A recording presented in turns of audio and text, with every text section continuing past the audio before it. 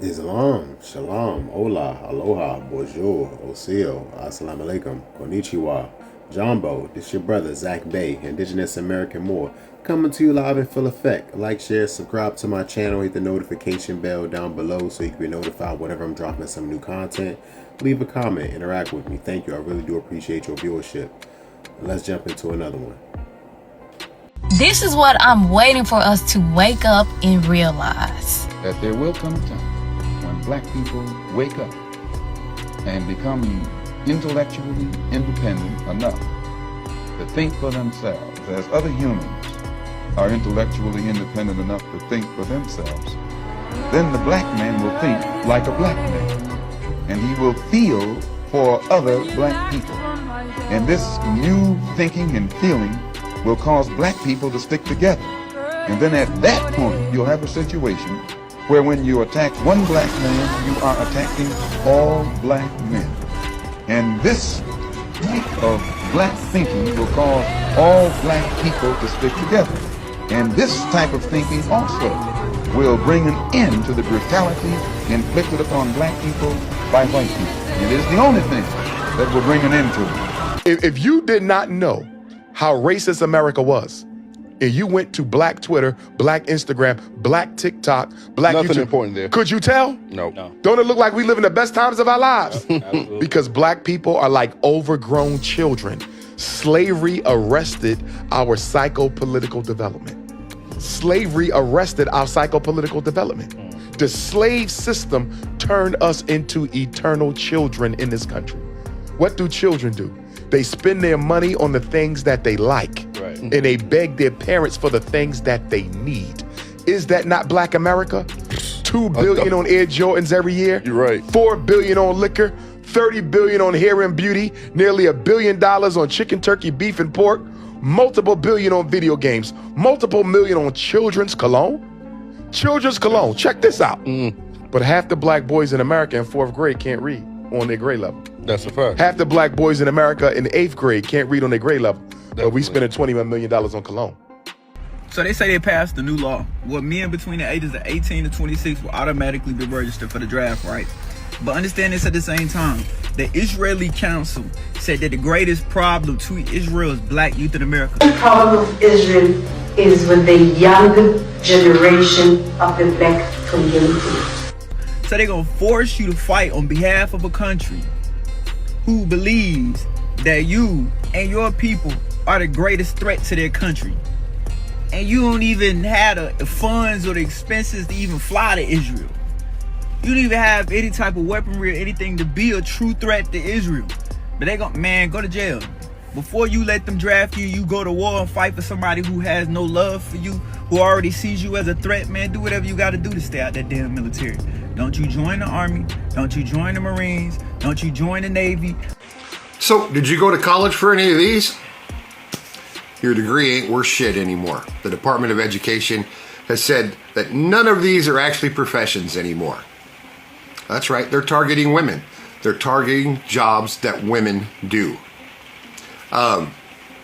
Teachers, nurses, nurse practitioners, physical assistants, just about anything that has to do with women's professions and their degree. Your physical therapist is no longer a professional position. I know a lot of men do these jobs too, but they're targeting. They did keep chiropractic and priests and preachers. Theology is still a profession. But all the work you went through, they're targeting women. They're targeting women. They're making you are going to be paying more for your education because you're not going to get a college loan now because it's not a profession. And they want you to be considered a second-class citizen. How we finna have the first ever trillionaire? There ain't even a trillion people on this earth. Who did you rob? How did you end up getting $1 trillion? $1 trillion is 1,000 times greater than 1 billion. If somebody becomes a trillionaire, right? If I were to become a trillionaire right now, if you were to become a trillionaire right now, listen to this. If you lost 99% of your wealth, you still damn near at least gonna be a millionaire. If you gave a newborn baby $1 billion the day it first debuted on Earth, it would be able to spend $10 million per year if they lived up to 100 years old. $10 million. Now imagine a trillion. A million seconds is about 12 days. A billion seconds is about just under 32 years. And a trillion seconds is the whole entire lifetime. That is about 32,000 years. That is all of recorded history. Are we dead? I thought it was bad because we already had 900 American billionaires living on this soil. But now we finna have trillionaires? This is genuinely a life cheat code, because at what point is enough enough? How does somebody genuinely get to touch a T on us? Niggas be thinking they be going to these jobs and getting money. Them jobs getting over on you because they getting your fucking time. And time is super expensive because you don't know how much you got left. Yo. You don't know if you're gonna die tomorrow. So if you knew that you was gonna die tomorrow, would you be working? Because your time expensive as hell if you're gonna die tomorrow. Yo. You know what I'm saying? So another thing I noticed, what's up? We get paid every week, right? Yeah. Or every 2 weeks. I realized while I'm working, all my days in my life is just flying by because all I'm waiting for is Friday for that paycheck, or next Friday for that paycheck. By the time I realize it's 7 months done went by, my kids is getting older, so much shit is happening, and all I'm thinking about is that paycheck on Friday. And I'm missing so much. I mean, I'm here, but I'm missing so much, like mentally. I can't explain it, but like, yo. I'm about to break it down clearly for you. A motherfucker will live 30 days, and out of those 30 days, they only looking for 2 Fridays out of 30 days. Scary thing, yo. Especially when you realize that in a lifetime, the average person lived about 72, so you only get 72 summers, and you telling me every 30 days you only looking for 2 Fridays? Out of a year, you looking for 24 Fridays, and you working 365 days. Yeah, damn. Not me, bro. Nah, you broke that down. Nah, bro, because I'm a math dude. Because people like to be like, you bullshit. No, when you think about it like that, out of a lifetime, Eddie Murphy said you get 72 summers, 72 to 76 summers, bro. And you telling me each year you only looking for 24 Fridays because those are days you get paid. So literally, let's just say you get paid this Friday. Don't have a lit weekend where you broke Monday. You about to waste damn near 10 days because you trying to hurry up and get to that other Friday. I can't live like that. You just miss so much without you even realizing it. I will stop talking about chattel slavery once y'all stop profiting off of it. A few months back, someone sent me a link for this website. I signed up for the website and I have it set where I get text alerts when the keyword slave is used. Because of stuff like this. This is an auction website called Invaluable. I found out they sell a lot of privatized records involving slavery. Privatized records can be anything from family Bibles to receipts or things just like this. And they just don't auction off records. They also auction off stuff like Phyllis Wheatley's book. The amount of morals and humanity that you have to lack to think, hey, my family profited off of black bodies. Let me have my go at it. Who has this type of money just laying around and be like, hey, I want to get that? And why? When I tell you, as a black genealogist who runs a nonprofit for black people, this donate to the Bristol English Project if you can. So did y'all know when the Venezuelan dollar collapsed, they started to pay in gold nuggets? They're paying for their groceries, getting their haircut, and whatever else they need to pay for in gold nuggets. And the price tag you see is the weight of gold that you need to purchase said item. And this is how they are doing it. As you can see, they're putting it right there. That's how much he paid, 1 gram of gold. This all happened because hyperinflation hit Venezuela and their dollar became useless to the point that you have people making origami out of their dollars. Now America, hyperinflation is now hitting us too. Could this potentially be how we pay for things in the future? We're seeing hyperinflations ourselves as we almost seen the dollar drop 10% in 1 year. This could very much be our reality very soon. And they already taking steps to make this happen, as we see Florida being the first state to legitimize silver and gold being transactions, bro. Welcome back. Thank you. I hope you enjoyed those clips at the beginning, and I may play some more at the end. Back at it again with another blood and gold. So I want to call this one the black tax. Now, the first time I ever heard of this term, the black tax, it was on the lines of you have to be twice as good in order to accept half as much. So it was like always had to work twice as hard be twice as good as the next person in order to receive what they get, meaning you work twice as hard only to receive half as much instead of being twice as good and receiving twice as much as proceeds or profits or benefits, right? Black tax.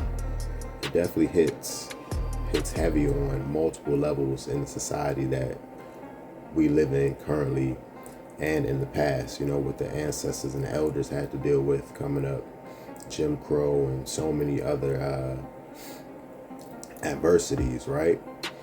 So it brings to my thought this book. I've spoke about it before, by Ta-Nehisi Coates, Between the World and Me. Great book, great read. You know, shout out to audiobooks. This isn't a paid promotion, but a great service, great app. So yeah, if you want some audiobooks, I believe it's on there. You can check it out. Once again, Ta-Nehisi Coates, Between the World and Me.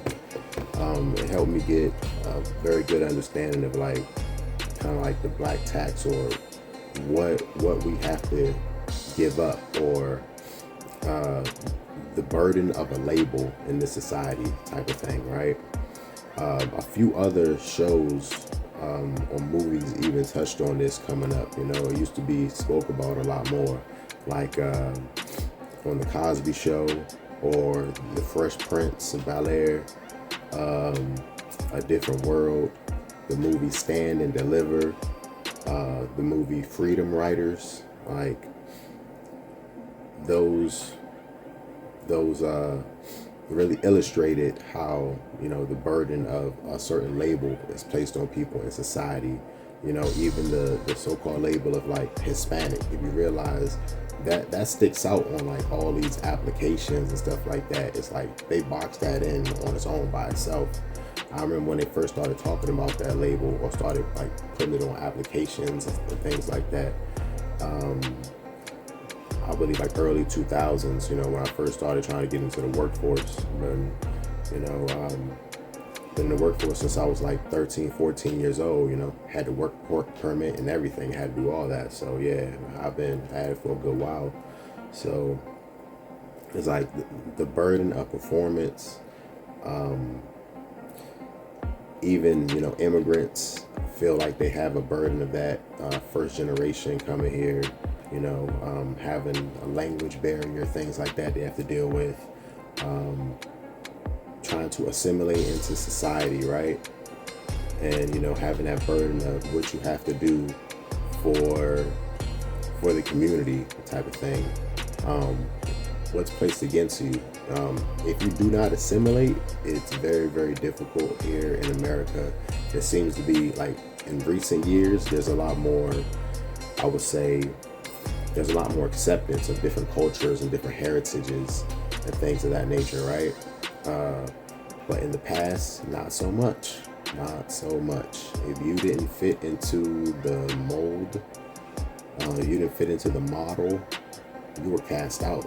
You were undesirable, man. Like, that's just the way it was. So let's continue here. Besides that burden, you know, dealing with different labels and stereotypes like that, I want us to talk about this. The blackout, the boycott, the wealth transfer seems to be gaining more speed, gaining more power, spreading. So, you know, any communities that feel like they can capitalize off of the so-called black dollar, the so-called black wealth, and not give anything back to our community, yeah, it's time for that to come to an end. It seems everybody is finally on code, at least most of us, I would say 80%. They say you only need about 13% of the population to actually make a shift, and the rest will just simply follow along. So I believe we have a lot more than that 13% number, you know, especially when they say we're only 13% of the population after being called and stagnated for so many years, you know, prison industrial complex, police brutality, lynchings, lack of a crime hate bill, all of that. So You know, the ancestors and the elders have dealt with a lot, and you know, we still have a lot more to do. We still have a lot more to accomplish. So, like I said, the boycott seems to be going well, or the blackout, the wealth transfer, and that's, you know, that's for any community that feels like they can move in and just benefit off of our dollar and not give anything back to us. Feel like they can treat us any kind of way, discriminate against us, follow us through stores, make you place your bag in the front, not hiring in our communities, not giving back to any kind of youth programs, you know, just extracting from our community, feeling like they are entitled to our dollar, feeling like they are entitled to our finance and our wealth. No, the so-called black community in America, the GDP is more than multiple foreign nations, fam.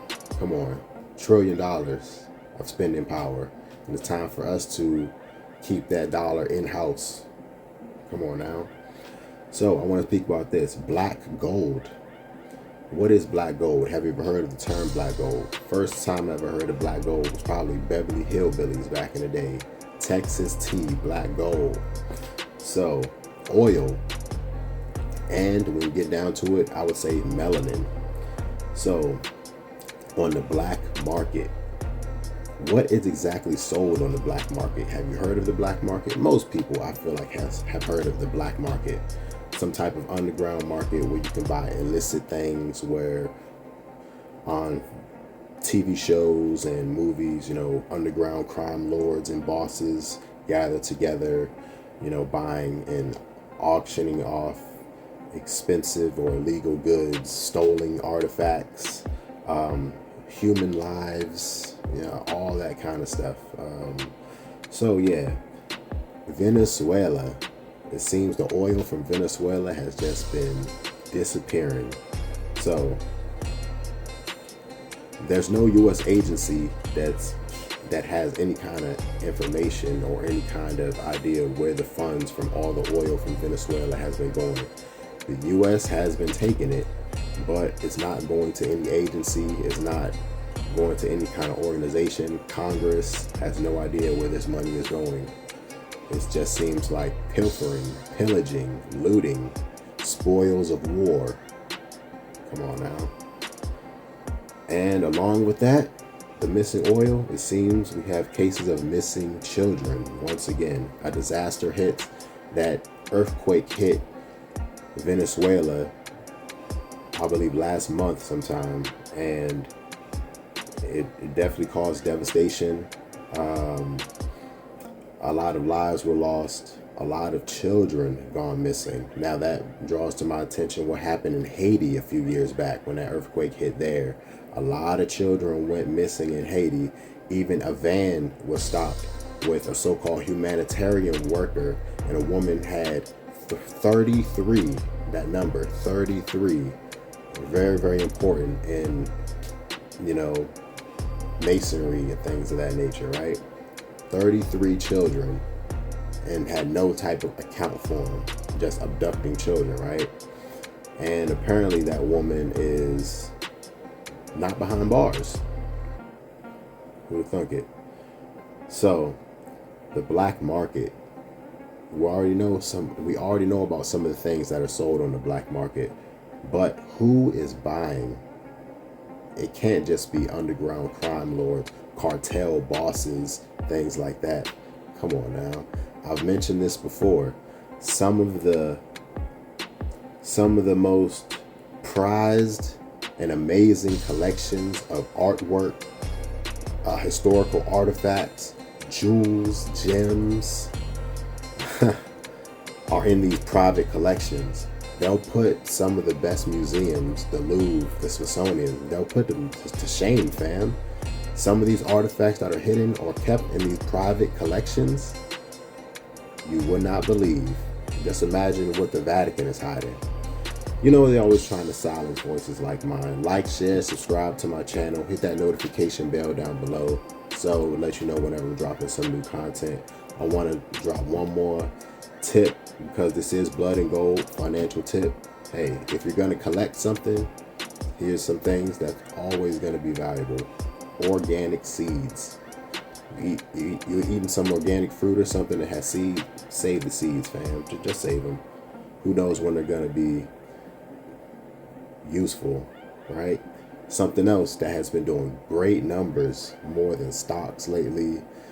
Financial bros have been looking at these things. Trading cards, man. Trading cards. If you know anything about the trading card game, any kind of TCGs, get into some collecting, right?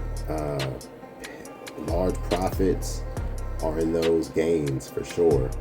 Also, something that's always gonna hold value, precious metals, of course, come on.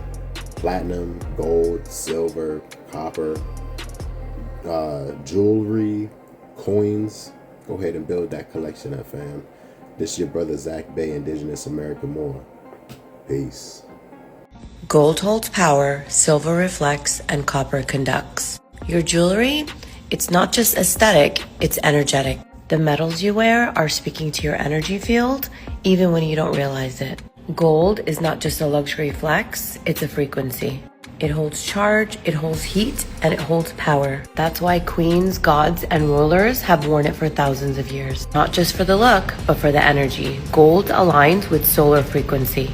Gold amplifies your field and it attracts. Silver's very different. It cools, it reflects, and it protects. But here's the truth, silver can also deflect. If you're already overwhelmed or energetically sensitive, wearing silver might feel grounding, but if you're trying to call things in, you might notice that they're actually bouncing off you. Then there's copper. It's not about stillness, it's about movement. It's about flow, it's about circulation. It conducts energy, and when you pair it with intentionality, you become a literal conduit for what you want. Not all metals belong on your body. Wearing mixed metals without knowing their charge is like playing the piano with gloves on. It's all noise, there's no clarity, and that just for fashion energy that you're doing, it shows up in your field. So before you throw on gold hoops or wear silver rings today, you have to ask yourself something. Are you wearing beauty or are you wearing alignment?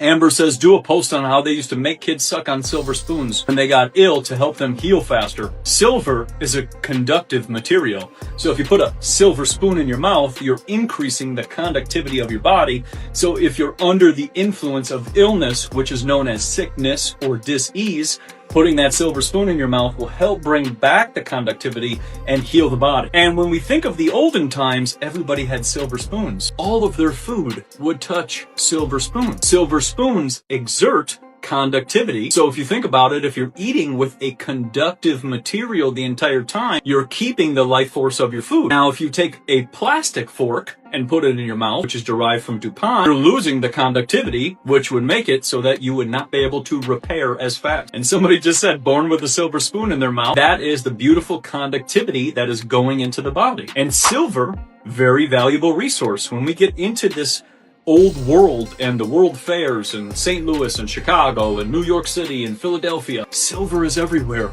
All silver is all over the place. Silver, gold, brass, bronze, copper, all these materials. Everybody talks about the rules. Let me show you something here. See that? That's 50 USC 4305. Title 50, War and National Defense. Suspension. You see that? 2. Any payment, conveyance, transfer, assignment, delivery of property or interest therein made to an account of the United States or otherwise directed pursuant to this subdivision or any rule, you see it, right? Shall be what? Full acquittance and what? Discharge for all purposes of the obligation of the person making the same. No person shall be held liable. Well, everybody talks about the rules. Very few people study the exceptions buried inside the legal framework or provisions known as safe harbor. A safe harbor is simple. If you know the conditions, if you operate within the boundaries, you gain protections that others don't even know about. They didn't even know they existed. Most people spend their lives reacting to penalties, liabilities, and enforcements. The educated spend their time studying the exemptions, protections, and shields written into the system itself. Read that again. The difference between confusion and clarity is often a single paragraph buried in thousands of pages of code. The question isn't whether protections exist. The question is who took the time to read them, who took the time to understand them, who took the time to use them properly. Knowledge changes position. Position changes outcome. Study the rules, study the exemption, study the safe harbor. Because the people who understand the framework move differently than the people who merely live under. That is all, my friends.